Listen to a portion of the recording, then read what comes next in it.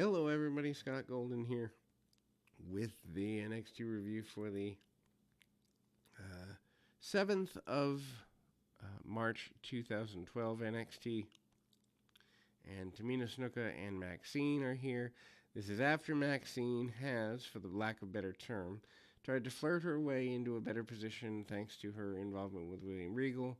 Match is horrible. Tamina Snuka has really not improved all that much in the 10 or 11 years she's been with the company, in my personal opinion. Maxine and her have a super basic match, punch, kick, basic stuff.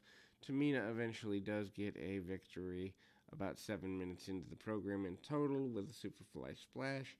She's good at that one spot, but certainly facials and other things, not her foray. Rex and Hawkins make fun of Regal, basically telling them they're going to bring change.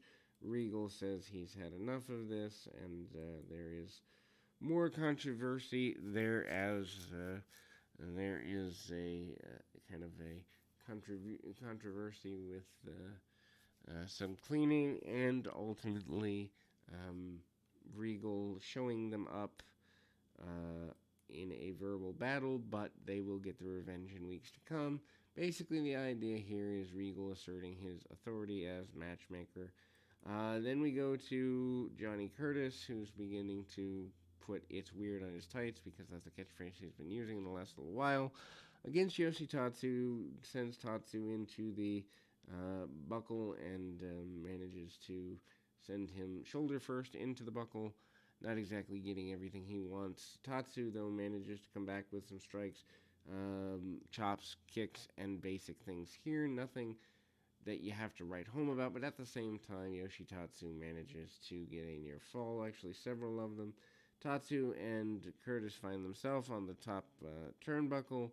Tatsu manages to be in control for a good bit of things, completely misses a spin wheel kick from the top rope, and Johnny Curtis takes advantage of that and manages to hit a kind of a drop slam suplex and gets a victory there. Curtis is a guy they haven't really found a lot to do with. Tyson Kidd says he wants another match with Curtis Axel, a.k.a. Michael McGillicuddy, but that doesn't seem to come to be. There's a confrontation between Johnny Curtis and Derek Bateman and Maxine backstage. There's also a confrontation between Percy Watson, who knows that Tyler Rex and Kurt Hawkins have things that are underhanded in mind, and he's telling them he doesn't want to be part of it, but he knows they're responsible for something chaotic coming.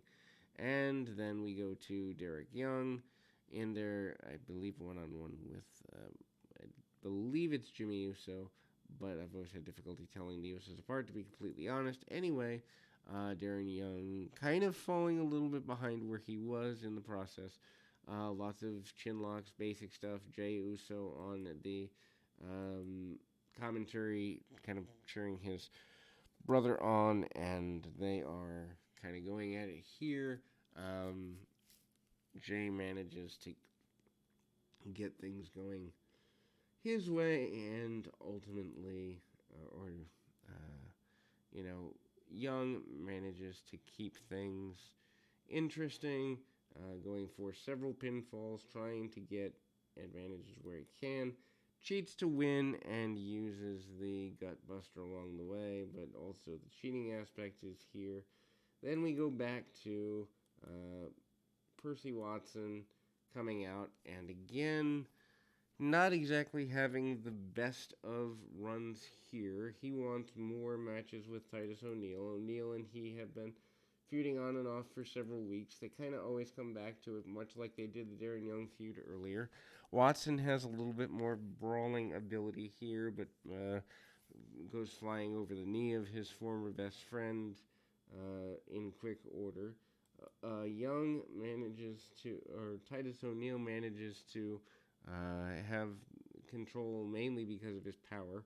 Takedown by Watson. Watson actually given more offense than one would expect, although being babyface kind of there. The match kind of goes back and forth in a lot of ways. Tries a tip up drop kick, does Percy Watson. Watson not exactly in the best of situations, obviously, but then we see a flapjack on O'Neal, and Watson manages to come up, get a victory, but then there's a run in by Rex and Hawkins to close the show. We'll be back with more right after this.